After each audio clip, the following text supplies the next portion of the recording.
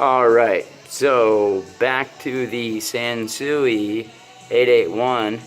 I did a video a few minutes ago with my my Canon DSLR, and that DSLR is a few years old now.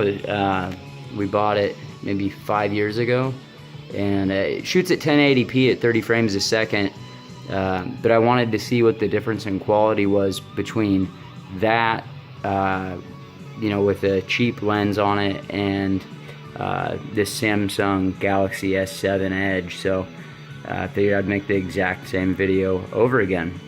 So I replaced my my regular receiver. I have a more modern Sony that I use for the job of listening to TV, radio, CDs, mini discs, if you can see that. Not too many of us still using those for anything, but anyways, got this 881 today at Goodwill. It is very, very nice, and I can tell that the dark, or the lack of light, is really blowing out this sensor on the camera. So I'll do a follow-up video tomorrow, but between the little Polk RTI A6s and this receiver is just on FM, and I can't really turn it up because I'm sure I'll get a copyright strike or something, but the receiver sounds good. It's clean. There's no, you know, noise on any of the attenuators or anything. So I'm gonna clean it up. I'm gonna check capacitors on the power supply and make sure they're good. I didn't hear any humming or anything. But anyways, that is the typical listening station when we sit back and watch movies and TV at night. So kind of funny to have a 1974 you know, Sanusi AM/FM receiver below the 75-inch 4K LED TV. But and for those of you that noticed that I do not have a record player up here, it doesn't really make sense to have a record player up here. I can't really enjoy my vinyl through these, you know, speaker set, or through this speaker setup, I should say. The imaging is not correct for where I normally sit over here. So when I get off work, I have the turntable, and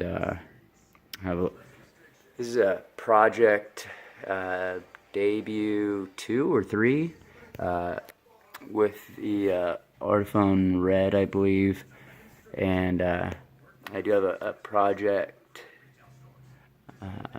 phono box, and then the Darkvoice 336 SE for mass drop, and several different types of headphones sitting out right now.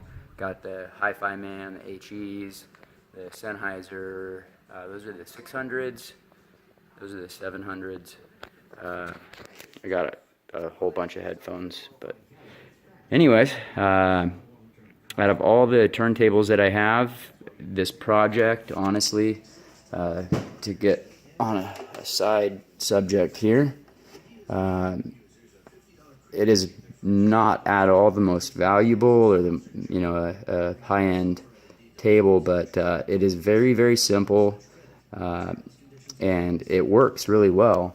I have a bunch of duals and some Pioneers, some Technics, you know, a bunch of fairly desirable old stuff, and on a day-to-day basis, this table is nice. It's quiet. It's easy to use. It's not at all automatic. There's nothing automatic about it. So it's simple and it's quiet. I would not buy their phono box again. I'm not pleased with it, and I hope that I figure out what, you know, isn't clicking, but that thing is noisy, you know, like really noisy.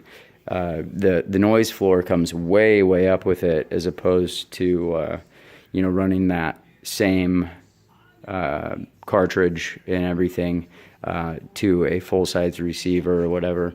But the Darkvoice here, a lot of people on the forums complain that they hook their tables up to these things and, oh, it's too quiet, I can't hear what's going on. There's no phono stage in there, and people just, they argue about it. Oh, there's something wrong with your table, or you need, different headphones, all kinds of different stuff. But guys, the reason that Massrock was selling these things so cheap, I'm sure they cut out anything they could. And if the Darkvoice 336 non-SE, the non-Massrock edition, did have a phono stage, this one does not. In fact, it likes to be driven. I drive it with my MacBook most of the time, and it likes power. I think that's really the same with most simple tube designs. It takes power to make power. But it does sound good now that it's broken in. I have a real strong, love or like for it.